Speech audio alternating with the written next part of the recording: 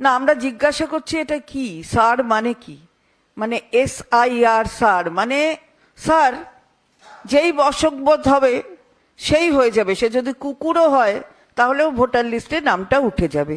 নামটা কি? ডগবাবু। বাবার নাম কি? কুত্তাবাবু। মায়ের নাম কি? কুটিয়াবাবু।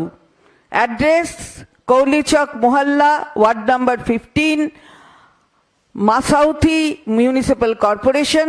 সার্টিফিকেট নাম্বার, এবং কি সুন্দর, কি সুন্দর দেখতে, একটা কুকুরের ছবিও রয়েছে, দেখে ভালো লাগছে যে এখন কুকুরকেও এমন জায়গায় নিয়ে এসছে যে সেও একটা ভোট দেবে যদি বশংবদ হয়।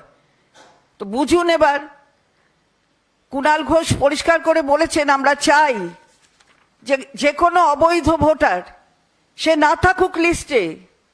তার মানে এই নয় যে বৈধ ভোটারদের বাদ দেবেন আর কুকুরকে নিয়ে আসবেন ভোটারের পরিবর্তে, বৈধ ভোটারের পরিবর্তে। এটা হচ্ছেটা কি? এটা হচ্ছেটা কি স্যারের নামে?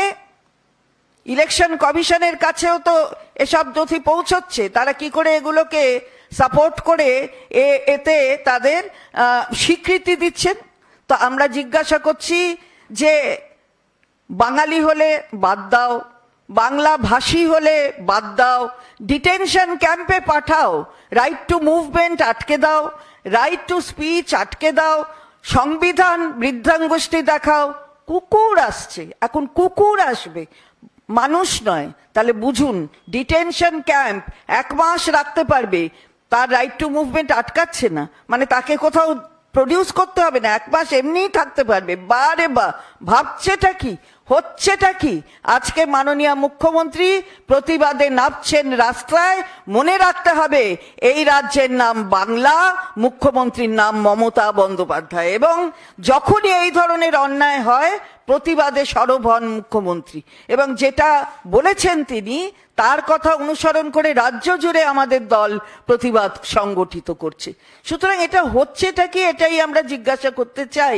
যে সারা ভোটার লিস্ট ধরে অবৈধ অবৈধ অবৈধ অবৈধ বলে কুট কুট কুট কুট করে সব কেটে দিচ্ছেন। কারা আবার জানে যে আমাদের এখানে যখন ভোটার লিস্টের এই সমস্ত কি স্পেশাল ইন্টেন্সিভ রিভিশন মানে ওই সার হবে, তখন নাকি 1,25,00,000 কেটেই যাবে। তো জানেই যদি, তাহলে আর কষ্ট করে করার কি দরকার? 4খানা পেন্সিল হাতে ধরিয়ে দিন, কুচ কুচ কুচ কুচ করে নামগুলো কেটে দিক। এটাই হচ্ছে বুঝি গণতন্ত্র, এটাই হচ্ছে বুঝি ভারতবর্ষের এইখানের এই ভোটার তালিকার সংশোধনের নামে এই ধরনের কাজ করা। আগেও আমরা দেখেছি, বলেছি আমরা, মহারাষ্ট্রের ক্ষেত্রে বলা হয়েছে, দিল্লির ক্ষেত্রে বলা হয়েছে, যা ইচ্ছা তাই। হ্যাঁ, হবে নাকি এটা? বাংলা এটা কোনোদিন মেনে নেবে না। আর বাংলা পথ দেখাচ্ছে, মুখ্যমন্ত্রী পথ দেখান, মুখ্যমন্ত্রী পথ দেখাচ্ছেন, এবং সেই জায়গায় দাঁড়িয়ে আমরা সকলে মানুষের কাছে আবেদন জানাচ্ছি, দেখুন কি হচ্ছে। কুকুর থাকছে, আপনি থাকছেন না, এটা হলো কথা। বেচারা রে, ও তো মানে ওর যে মাস্টার, সেই মাস্টারের কথা শোনে। তো মাস্টারের কথা শোনে, এটা তো খুব ভালো কথা। সেই মাস্টার আবার যাকে ঢোকাচ্ছে ওকে, সে আবার কার কথা শুনে ঢোকাচ্ছে, এটাই দেখার ব্যাপার। সুতরাং বাংলার মানুষ এগিয়ে আসুন, এর বিরুদ্ধে প্রতিবাদ সংগঠিত করুন। বাংলা বললেই বাংলাদেশি হয়ে গেল, বাংলা বললে আবার রোহিঙ্গা। রোহিঙ্গা মায়ানমারের, আমি তো বুঝতে পারিনি বাংলাদেশি রোহিঙ্গা বলে কি হয়। আপনারা যদি একটু ভালো করে আমাদের বুঝিয়ে দেন তাহলে যারা বলেছেন তারা ভালো হয়।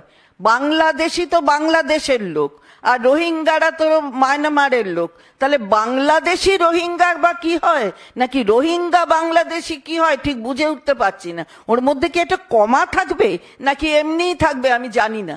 কিন্তু এই হলো যারা বলছে আর যারা করছে, তাদের এই কাজগুলো মানুষ শুনছেও, এবং ওই কথাগুলো মানে যে কাজগুলো করছে সেগুলো দেখছে। আমরা তীব্র প্রতিবাদ করি, আন্দোলন করছেন আমাদের নেত্রী, এবং এই আন্দোলন চলবে। আর আজকেও আপনারা দেখেছেন যে মাননীয় সর্বোচ্চ আদালত, সেখানে মামলা একটি উঠেছিল, আবার কালকে শুনানি আছে। সেখানেও তারা তাদের অবজারভেশন যে ফোর্জ ডকুমেন্ট তো সব কিছুই হতে পারে, ভোটার কার্ড হতে পারে, আপনার আধার কার্ড হতে পারে, ভোটার কার্ড হতে পারে, এমনকি নির্বাচন কমিশনের কাছে যেগুলো বৈধ বলে মনে করছে সেটাও ফোর্জড হতে পারে। এগুলো সব নির্বাচন কমিশনের কাছে যা আছে ডকুমেন্ট সেটাও ফোর্জড হতে পারে। এই অবজারভেশনও সুপ্রিম কোর্ট করেছে, কাল শুনানি হবে। তো তাহলে বুঝুন, সবই যখন হয় তখন হঠাৎ এই সারের ব্যাপারটা কেন হঠাৎ উঠলো।